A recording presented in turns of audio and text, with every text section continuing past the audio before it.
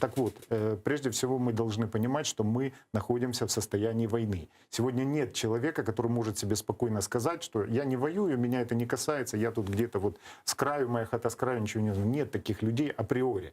Если вы смотрите телевизор, если вы входите в интернет, если у вас есть мобильная связь, все, вы уже являетесь, если не участником, то мишенью этой войны. И это надо понимать.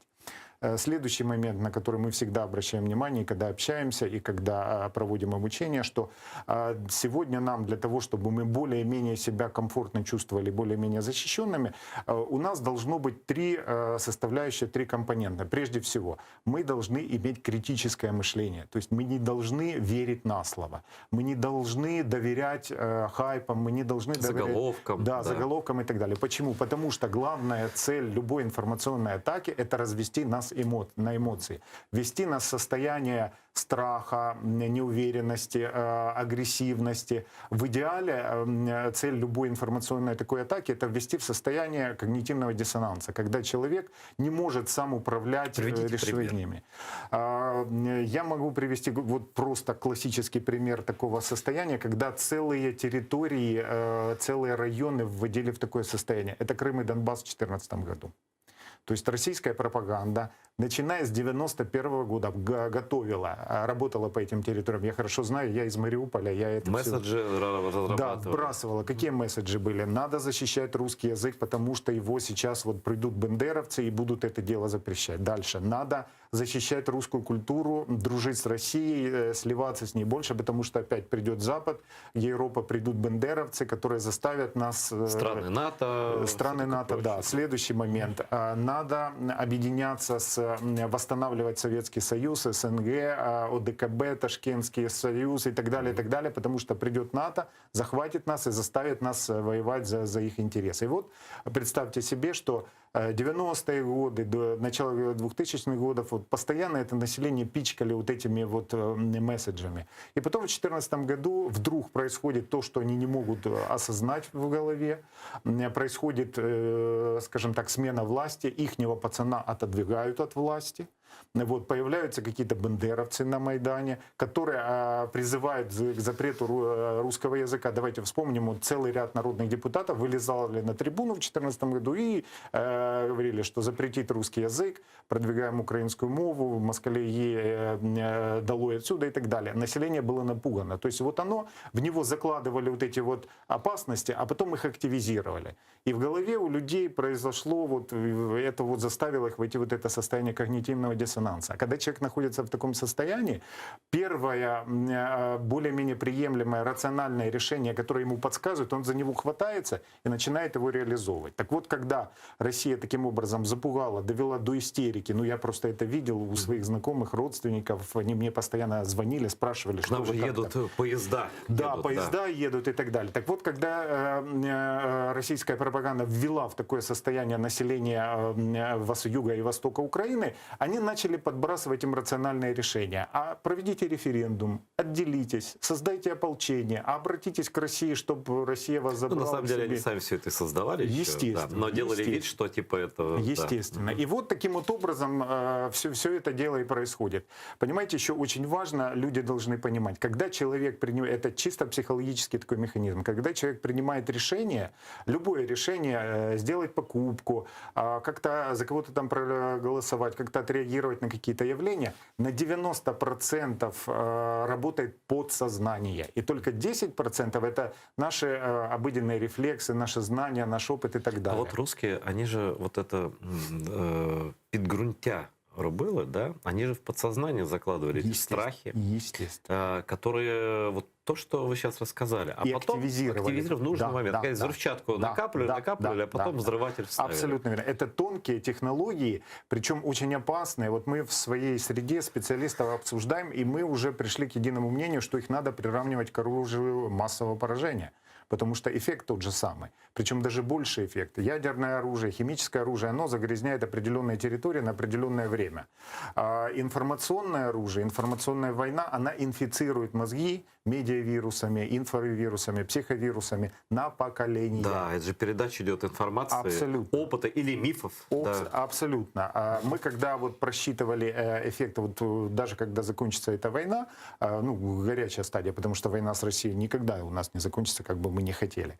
Так вот, 4 поколения пострадало уже от этой войны. Наши родители, мы, наши дети и наши внуки будут еще отплевывать вот все те месседжи, все те нарративы. Я не говорю сейчас про Донбасс, про Крым, там еще дольше это все будет продолжаться, даже когда мы потом вернем эту территорию. То есть вот в чем опасность этой ситуации? Человек, информационные вот эти вот все месседжи, они проникают нам в голову как радиация, мы этого не замечаем. А когда уже накапливается критическая масса, тогда мы уже по-другому И нам думаем. кажется, но не нам, кажется человек, что это его мысли. Абсолютно а на самом верно. деле Да, это такое программирование. Вот. И тот, кто умеет работать с этими подсознанием, с этими 90% наших решений, нашей мотивации, тот практически может управлять человеком. Но это разве это... А сам человек, как он может иммунитет выработать? Вот нас смотрит сейчас зритель в Крыму, на Донбассе нас смотрят, я просто знаю, на оккупированной территории, где постоянно, начиная со школы, детского сада, долбят эту чертову ересь российскую, начиная с истории, заканчивая текущей политикой, фашист, ну, как бы, вроде бы, ну, мы все знаем, да, но и вроде как человек такой сидит, ну, я же не дурак, я в это не поверю, но если каждый день повторять одно и то же, вот как вот в практическом смысле проводить детоксикацию себя, своих близких, детей, которые вынуждены ходить в оккупационные школы, в оккупационных этих университетах, неважно где, на работе среди вот этих вот зомбированных уже, как сохранить себя? Ну, вот мы обычно используем в таких ситуациях 2 приема. Есть один прием, если произошло легкая такая вот степень поражения, легкая инфекция вот этими информационными вирусами. Есть такое правило самураев, так называемое 7 вздохов. Самурай, прежде чем принять какое-то ответственное решение, он садился спокойно и делал 7 глубоких вдохов, 7 глубоких выдохов.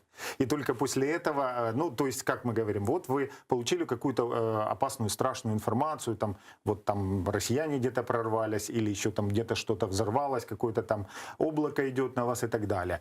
Спокойно. Садитесь, спокойно дышите, потом возвращаетесь к этой информации. За вот это время, пока человек глубоко вдыхает, прогоняет кровь, прогоняет кислород, успокаивается, эмоции, скажем так, успокаиваются, и человек может более-менее принимать адекватные решения. Если не помогает, или, допустим, человек длительное время находился под влиянием вот этого вот источника информации, который зомбирует Но его. там же облучают, на самом деле, этим телевизором отовсюду просто. Да. Тогда мы применяем другое правило, рекомендуем применять другое правило, он называется 48 часов. Порог критичности у человека 2 суток, 48 часов. Вот если человека отлучить от источника, вот как вы говорите, облучения информацией, и он 48 часов не будет получать информацию из этого источника, у него появится порог критичности. Он сможет самостоятельно, критически осмысливать любую информацию.